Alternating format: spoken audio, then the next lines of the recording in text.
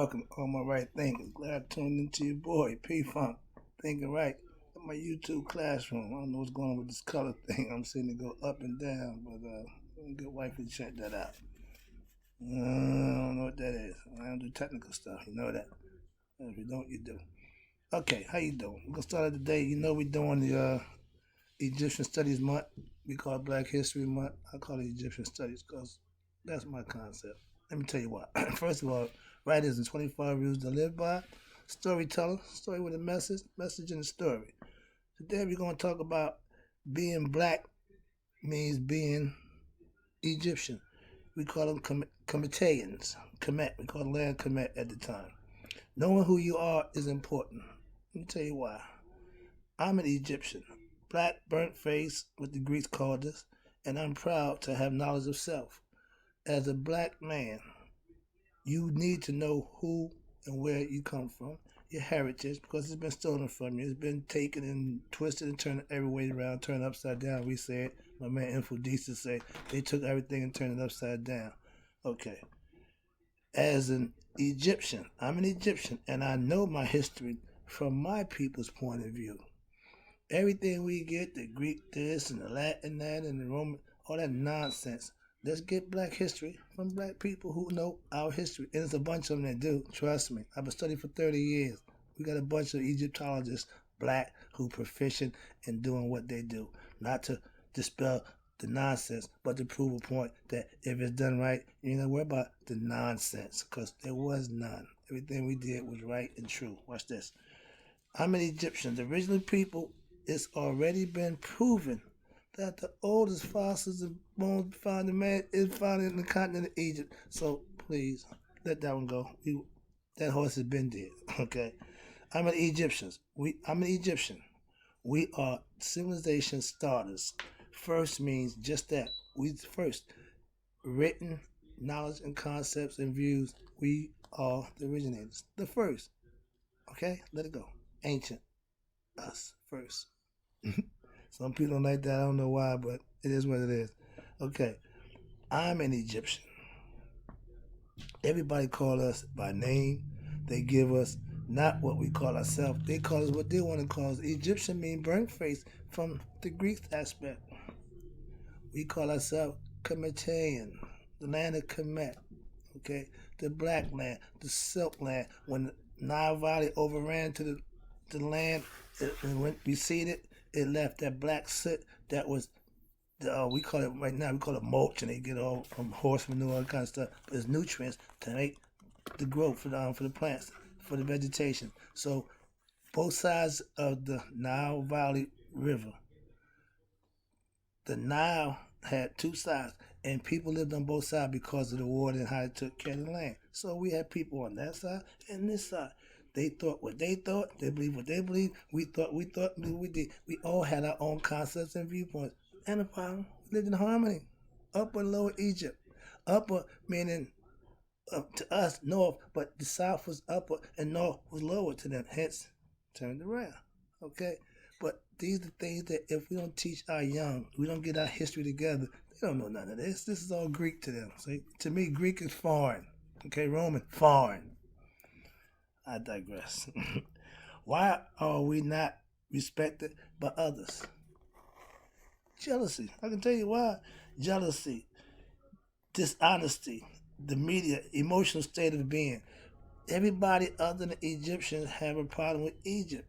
For whatever reason, I don't know, but I'm watching, all I can see is they just jealous of what we have. And when people hate us, a hater had no real reason to hate. Just the fact that it ain't him. Just the fact that it ain't happening to him, he don't like it. But we give that to him. Being a great race of righteous people, others will hate you. Again, no other reason than who you are. So get past it. We are God's people, and nobody wants to share God. Everybody wants, I got the most high God. My God's this God. Don't work that way.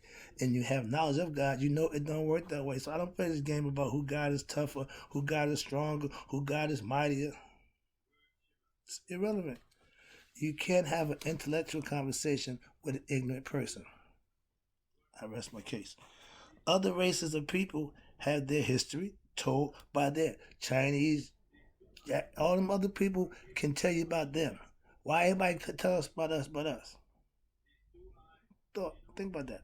Next one is, yeah, you when you are on top, others want to take that spot.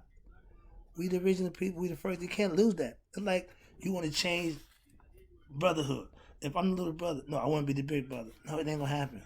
It ain't gonna happen. Why? That's what it is. That's why. Okay. Next one is Egypt used to be a bad word in the '60s when Dr. Ben was the Egyptologist for Cornell. They sent him over into Egypt, and all other it was 20 professors. 19 of them came back with a bunch of rigmarole. Did none of it match up with Dr. Ben's paper? Why? They didn't do nothing. He wouldn't talk to the people. He actually did what he was supposed to do. So his prospects and his concepts about Egypt was pushed aside. They took all the other guys. He didn't work there no more either. All right. Egypt was invaded by all other races of people. Why? Because Africa has the richest land of anything, minerals, vegetation, anything you need pretty much is in Africa. Self-sufficient continent. That's why.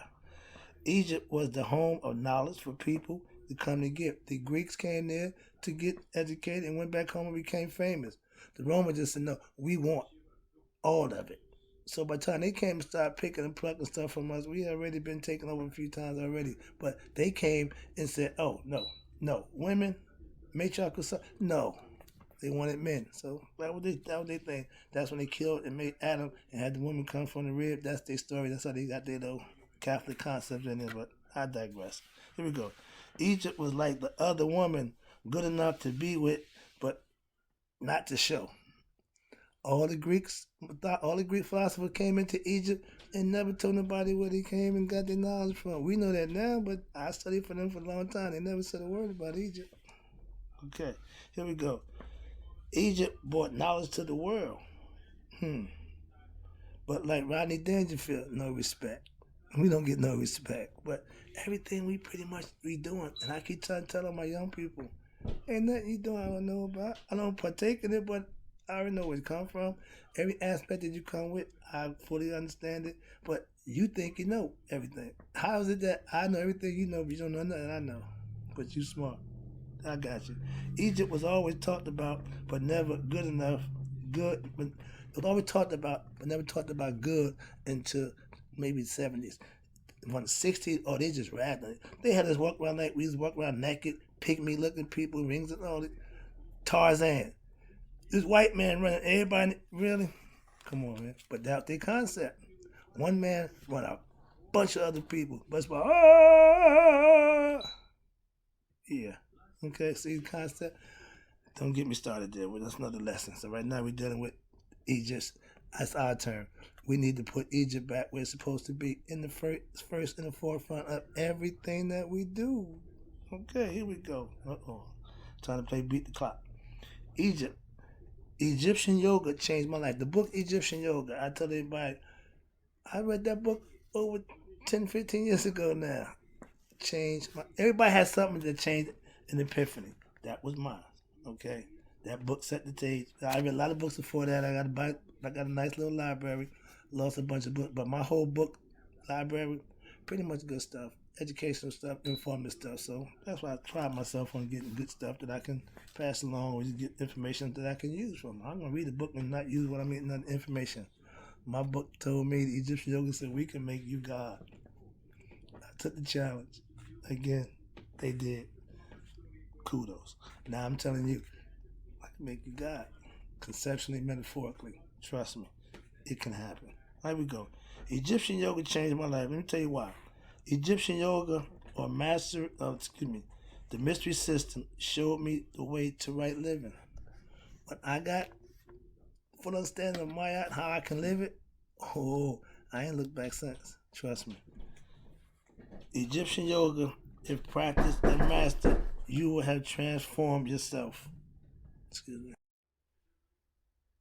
Yeah. Back to Egyptian yoga. Practice daily will awaken you spiritually. You get that Neha's moment. I read that book from cover to cover a couple of times. I had the book. I was taping together. My wife just went and bought me a new edition, the second edition. I had the first edition of it. That was my Bible. When you saw me with my Egyptian yoga book. And what it did was gave me information that I can actually manifest and use and watch it manifest itself in my life. So yeah, that's the book that changed my life. Egyptian yoga changed my life. Egyptian yoga way of life is a better way of life. You are in control of you. Best situation, best feeling ever. Egyptian yoga, just like Judaism is for Jews, Egyptian yoga is the way of life for us, black people. That's all. No big deal. Last section. Egyptian is another word for us, black people. Egyptian, black, burnt face, dark skin. Yeah, okay, so stop with that nonsense, please. Having knowledge of self would take away the ignorance. The ignorance is not knowing who you are, then you're ignorant. Having knowledge of self will take care of the ignorance. Here we go. Let's find out what we can do about that. I've got a few minutes. We was a great race of people who did great things. That's us, the Egyptians. It's in our DNA. Why we take the slave mentality? Oh, I'm tired of white men whooping us. Man, get the concept and build some integrity within ourselves as young people. Teach them we were the great people. We wasn't just slaves. Okay, get out of that. Next one is Egyptian is another word for us, black people. We started the education of self to become God like human beings. It started in Egypt, Maya, the right living, the whole concept of righteousness started with us. We was always getting to God. We was a God-fearing people. We were the most spiritual people in the world. Okay? Maybe it's a downfall because if we'd have been a little more forceful and took more care of our army and all the stuff that we should have been doing other than worshiping the gods, maybe we'd have held on a little longer. But 4,000 years, that's a good run. Here we go. We are the original kings and queens. Everybody else wants to be like us. Everybody mimic us. We still got the Queen of England. I'm arguing with my brother. I could care less about the Queen of England. What about the black queens we had in Egypt and in Africa? Come on, really? Really? So I'm not beat for that, celebrating some old British white broad. Don't care. The son left. I'm out. Got me a black woman. I'm out. Alright. We have to wake our young up to the truth of who they really are. Stop giving them the slave history. Sprinkle it in there, let them know what could happen, it's a possibility that this could happen, but don't use that as the base and foundation for, we was black people was enslaved. No, we was a great race of people building the monuments of Africa. We did things that we can't do today. Give them that idea. Excuse me. Get real black history. Take it back to ancient time, not just to 1492 when Columbus came here and all this nonsense about America. That's not our history. Okay? Our history is in ancient Egypt, in the continent of Africa. I digress. It's knowledge of self that will set us free.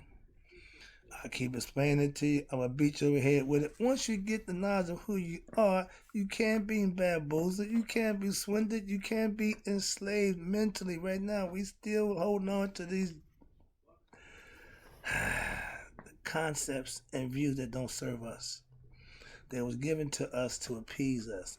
It was also given to us to brainwash us, given to us to confuse us. Whatever, all the reasons it wasn't good. For whatever they gave it to us for, it wasn't the purpose and what it's intended for us anyway, which is to elevate ourselves and to be better so that we won't be in this predicament we're in today.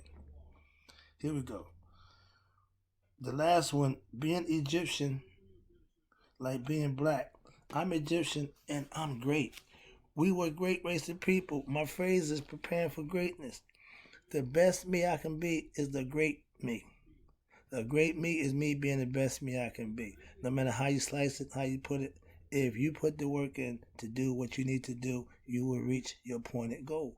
If not, you won't. It's just that simple. It ain't hard to figure out. We going to complicate with a whole bunch of nonsense? No, straightforward. Only way I know. Straight, honest. I'm going to be who I am. I'm going to be the best I am that I can be. When I was being bad, I was the best bad guy I can be. So now it ain't hard for me being the best good guy I can be. That's what I aspire to do. That's what I desire to do. That's what I live to do. That's why I do what I do for you.